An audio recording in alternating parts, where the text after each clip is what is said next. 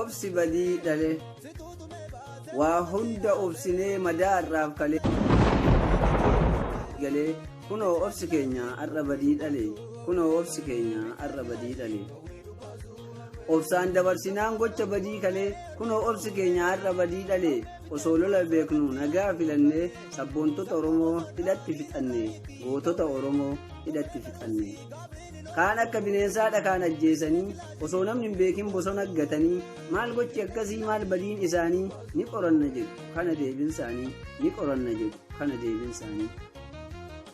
gochoota duguuggaa isuma kaleessaa nuuf deebisaa jiru qeerroof qopheessaa eenyutu siif falma eenyu eeguuf teessaa jarri fixaa jiru hayyuu dargaggeessaa ka'aa nurraa kaasaa baasaa biyya keessaa warra saba nyaatu diqaalaa bineensaa duruu nurraan dhufne maal qabu nu keessaa duruu nurraan dhufne maal qabu nu keessaa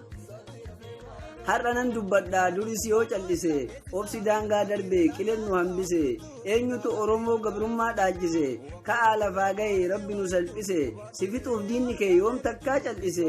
keenya nama garii rabbuuf wallaachise diinaf ulee tahaa har'as nu nyaachise diinaf ulee tahaa har'as nu nyaachise qabsoon afaan qofaa numa miidhaa jira mee isiniif dhaama dhagahaa yaafira biyya ollaa keenyaa uf dandahee jira Tigraayis daangaasaa kophaa baasaa jira keenya diina wajjin saba keenya ciraa ka'iitii hidhadhu asiin falli jira kanuma yaanni koo kan jiru na bira kanuma yaanni koo kan jiru na bira dhiiga keenya dhugaa eenyutu amanama hidhatti nu guuraa galgalaa ganama kan namaaf hin beekne mirga dhala namaa kunimee nama moo bineensa jedhama kunimee nama moo bineensa jedhama